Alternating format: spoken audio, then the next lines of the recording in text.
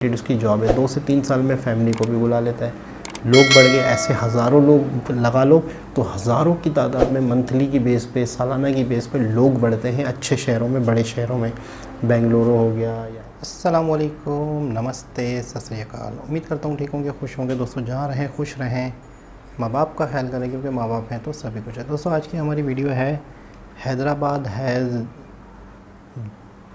Dared to build Indian second RRTS rail network.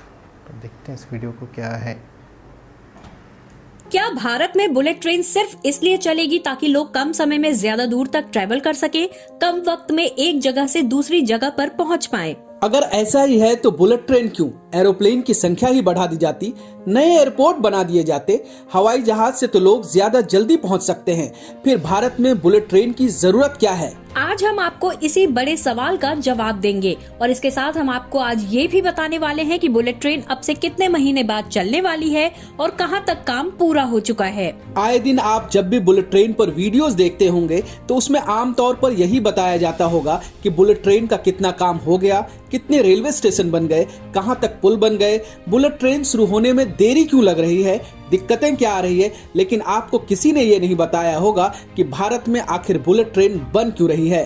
508 kilometre के bullet train के root को बनाने में करीब 1,80,000 करोड़ रुपए का खर्च आने वाला है। इतने में भारत में कम से कम 10 इंटरनेशनल एयरपोर्ट बन जाएंगे, 25 से ज्यादा डोमेस्टिक एयरपोर्ट बन जाएंगे, 60 से ज्यादा बड़े विमान खरीदे जा सकते हैं। न 10 वर्षों का वक्त लगता, न ही किसानों से इतनी जमीन लेनी पड़ती। 2-3 वर्षों में ही अलग अलग शहरों में हवाई अड्डा बनाया जाता और यात्रा का समय कम हो जाता। फिर बुलेट ट्रेन की जरूरत क्यों पड़ी? आखिर भारत बुलेट ट्रेन क्यों बना रहा है? द ड्राफ्ट में आज हम आपको इसी एक बड़े सवाल का जवाब बहुत डिटेल में समझाएंगे। लेकिन आप लोग चैनल सब्सक्राइब कर लीजिए, क्योंकि एक एक वीडियो बनाने से पहले रिसर्च में कई दिन लगते हैं, कई दिनों तक वीडियो एडिटिंग होती है। इतनी मेहनत के बाद भी आप चैनल सब्सक्राइब नहीं करेंगे तो हमारा मनोबल गिरेगा। इसलिए आप इसे सब्सक्राइब कीजिए, बेल आइकन जरूर प्रेस कीजिए और हाँ, इसे अपने दोस्तों के साथ शेयर भी कीजिए। अब आते हैं मुख्य सवाल पर, भारत बुलेट ट्रेन क्यों बना रहा है? इसे समझने के लिए थोड़ा सा बैकग्राउंड में चलते हैं। कई लोगों को लगता है कि भारत में बुलेट ट्रेन बनाने की शुरुआत वर्ष 2017 में तब हुई जब पीएम नरेंद्र मोदी और जापान के पीएम शिंजो आबे ने इसका शिलान्यास किया। लेकिन यह आधा सच है। दरअसल बुलेट ट्रेन बनाने का प्लान पहली बार 2009-10 में बना था। भारतीय रेलवे ने मुंबई, अहमदाबाद, पुणे समेत देश के 5 रूट्स पर बुलेट ट्रेन चलाने की एक फिजिबिलिटी रिपोर्ट तैयार की थी। इस रिपोर्ट को तैयार करने में जापानीज रेलवे के साथ साथ फ्रांस की हाई स्पीड रेलवे भी शामिल थी। साल 2010 की इस स्टडी पर 2013 में रेलवे बोर्ड ने फैसला लिया और कहा कि मुंबई, अहमदाबाद, पुणे को शामिल करने से खर्च बहुत ज्यादा हो रहा है, इसलिए पुणे को बुलेट ट्रेन के रूट से हटाकर नई रिपोर्ट बनाएं। इससे फ्रांस की हाई स्पीड रेलवे को लगा कि भारत की सरकार सीरियस नहीं है। उसने इस प्रोजेक्ट से अपना हाथ खींच लिया। इसके बाद 2013 में फिर से कोशिश शुरू हुई। जापान भारत को अपनी बुलेट ट्रेन वाली शिंकानसेन टेक्नोलॉजी बेचना चाहता था, इसलिए जापान ने भारत सरकार के साथ मिलकर मुंबई अहमदाबाद रूट की स्टडी शुरू की। इसी बीच 2014 में दिल्ली में सरकार बदल गई। नरेंद्र मोदी अपनी चुनावी रैलियों में बुलेट ट्रेन की बात करते थे। पीएम बनते ही उन्होंने बुलेट ट्रेन को सैद्धांतिक मंजूरी दे दी। इसके बाद डिटेल प्रोजेक्ट रिपोर्ट तैयार की गई। 2016 में नरेंद्र मोदी की सरकार ने इस DPR को अप्रूवल दे दिया, लेकिन सवाल था कि बुलेट ट्रेन के लिए पैसे कहां से आएंगे। 2014 में भारतीय रेलवे का बजट 63,000 करोड़ रुपए का था। बुलेट ट्रेन के मुंबई अहमदाबाद रूट के लिए उस समय 1,10,000 करोड़ रुपए चाहिए थे, यानी रेल बजट से करीब 2 गुना। इसके बाद 1 वर्ष बुलेट ट्रेन बनाने के लिए पैसों के इंतजाम में लग गए। जापान ने बुलेट ट्रेन के लिए 1 लाख करोड़ रुपए का कर्ज देने का फैसला किया। ये कर्ज 50 वर्षों के लिए दिया गया और सिर्फ 0.01% ब्याज दर पर। तय हुआ बुलेट ट्रेन की शुरुआत करने के लिए 10,000 करोड़ रुपए केंद्र सरकार और 5-5 हजार करोड़ रुपए महाराष्ट्र और गुजरात सरकार देगी। इसके बाद साल 2017 में पीएम नरेंद्र मोदी और जापान के पीएम शिंजो आबे ने इसका शिलान्यास किया। Mumbai Ahmedabad bullet train route 508 kilometre लंबा है। इसमें 351 किलोमीटर गुजरात में और 156 किलोमीटर मुंबई में है। 468 किलोमीटर का रूट एलिवेटेड है, यानी पिलर्स पर है। 27 किलोमीटर सुरंग और मात्र 13 किलोमीटर जमीन पर है। बुलेट ट्रेन के रूट में 8 किलोमीटर अंडर वाटर सुरंग भी होगा, जो महाराष्ट्र में ठाणे के पास समंदर में बनाया जाएगा।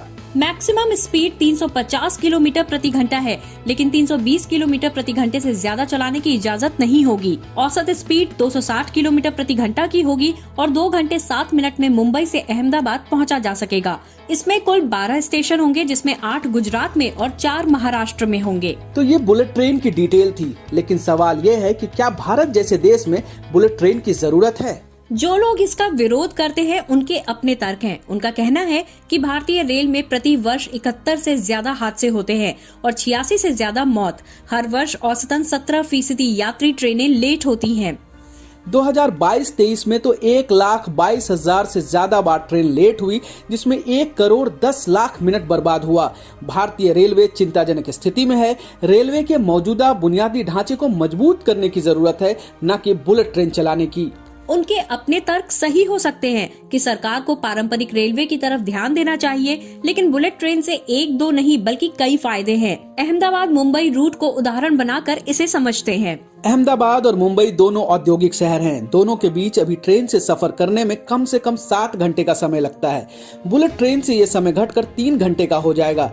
इससे कारोबारियों को मदद मिलेगी और बिजनेस बढ़ेगा। अहमदाबाद मुंबई रूट में सूरत और वडोदरा के अलावा कोई बड़ा शहर नहीं है। इन शहरों में एयरपोर्ट भी नहीं। उनके लिए बुलेट ट्रेन एक गेम चेंजर साबित हो सकता है।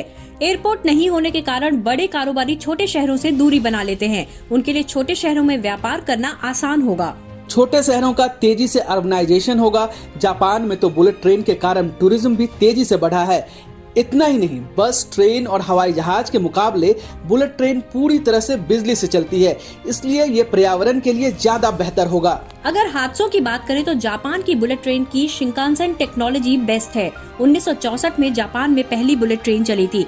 तब से लेकर अब तक एक भी हादसा नहीं हुआ, किसी की जान नहीं गई, जबकि भारत में हर वर्ष सैकड़ों लोगों की जान ट्रेन हादसे में जाती है। ट्रेन लेट होने की बात करें तो भारत में 17% ट्रेन लेट होती हैं, लेकिन जापान की बुलेट ट्रेन का तो रिकॉर्ड है कि वहां कभी 36 सेकंड से ज्यादा कोई ट्रेन लेट नहीं हुई। और अगर बुलेट ट्रेन 1 सेकंड भी लेट होती है तो सार्वजनिक रूप से माफी मांगी जाती है। वैसे भी माना जाता है कि 1000 किलोमीटर से कम के डिस्टेंस के लिए bullet train best mode of transport है। बुलेट ट्रेन पर्सनल गाड़ी, ट्रेन, बस तीनों से तेज है, फ्लाइट से सस्ती और करीब करीब उतने ही समय में इससे यात्रा पूरी होती है। तो इन फायदों से ये तो साफ समझा जा सकता है कि भारत बुलेट ट्रेन क्यों बना रहा है। यूरोप में एक स्टडी हुई जिससे ये समझने की कोशिश हुई कि बुलेट ट्रेन में चलने वाले कौन लोग हैं। इससे ये पता चला कि 30% लोगों ने फ्लाइट की जगह बुलेट ट्रेन को चुना, 15% लोग सड़क की जगह बुलेट ट्रेन में शिफ्ट हुए, 30% यात्री नॉर्मल ट्रेन से शिफ्ट होकर बुलेट ट्रेन में आए, 15% लोग दूसरे मोड ऑफ ट्रांसपोर्ट से थे।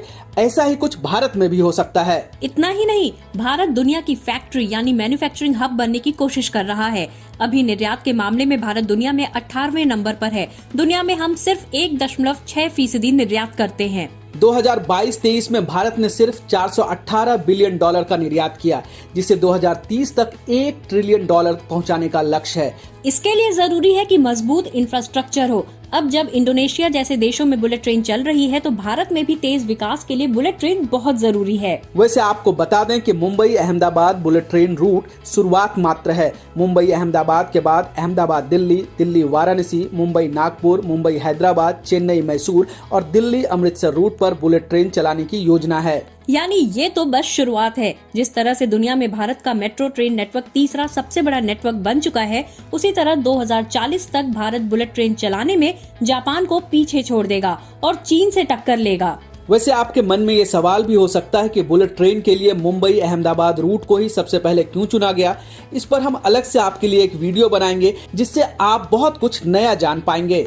वैसे भारत अगले 7 वर्षों में तीसरी सबसे बड़ी अर्थव्यवस्था बनने का लक्ष्य रखता है। अंतरिक्ष के क्षेत्र में पहले ही हम अपनी ताकत साबित कर चुके हैं। कोरोना वैक्सीन के जरिए हमने बता दिया है कि भारत दुनिया का हेल्थ कैपिटल बन चुका है। इसलिए इन तमाम कारणों को ध्यान में रखकर हम इस निष्कर्ष पर पहुंचे हैं कि भारत में बुलेट ट्रेन बनाना जरूरी है, क्योंकि बुलेट ट्रेन से यात्रा का समय कम नहीं होता, बल्कि नए नए शहर बसते हैं, कारोबार बढ़ता है, दूरियां कम होती हैं और देश की स्पीड बढ़ती है। द ड्राफ्ट का ये एपिसोड आपको कैसा लगा कमेंट करके जरूर बताइए। इस वीडियो को शेयर कीजिए, दोस्तों को व्हाट्सएप पर फॉरवर्ड कीजिए और हाँ, अगर आपने अब तक चैनल को सब्सक्राइब नहीं किया है तो तुरंत कर लीजिए। अच्छा, इसका मतलब ये है कि जहाँ पर जिस एरिए के हालात के ऊपर डिपेंड करता है, वहाँ की कंडीशन के ऊपर डिपेंड करता है, वहाँ के जोग्राफियाई हालात के ऊपर डिपेंड करता है कि वहाँ पे कौन सी ट्रेनें चलाई जाएँ ज़्यादा। कहीं पे वंदे भारत है तो कहीं पे मेट्रो है तो कहीं पे दोनों हैं, तीनों हैं। आरआरटीएस यानी यूँ समझ लें कि मेट्रो वाला सिस्टम नहीं है, लेकिन है कि किसी भी तरीके से कनेक्टिविटी करवाना है, उसका रूट, उसका तरीक़ेकार कुछ भी हो, ज़्यादातर लोगों आपस में कनेक्ट हों।